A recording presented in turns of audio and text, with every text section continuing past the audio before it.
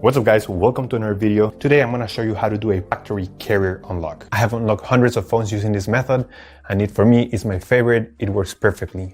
What a carrier unlock does, it allows you to use your phone with different providers. If you travel and if you want to switch SIM cards from a different company anywhere in the world, you just simply go ahead, you put your SIM card into your phone and your phone will work without any issues. So we're going to begin. So to start, we're going to get the phone's IMEI number. That's a unique number for every phone.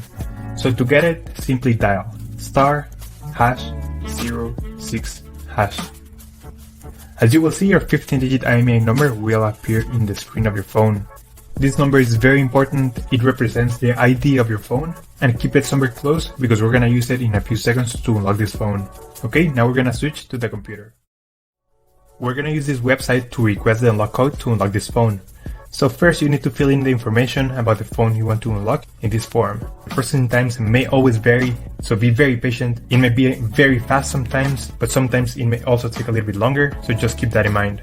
Okay, so after you have waited the estimated amount of time, you're gonna get an email, and I'm gonna show you how the email will look like.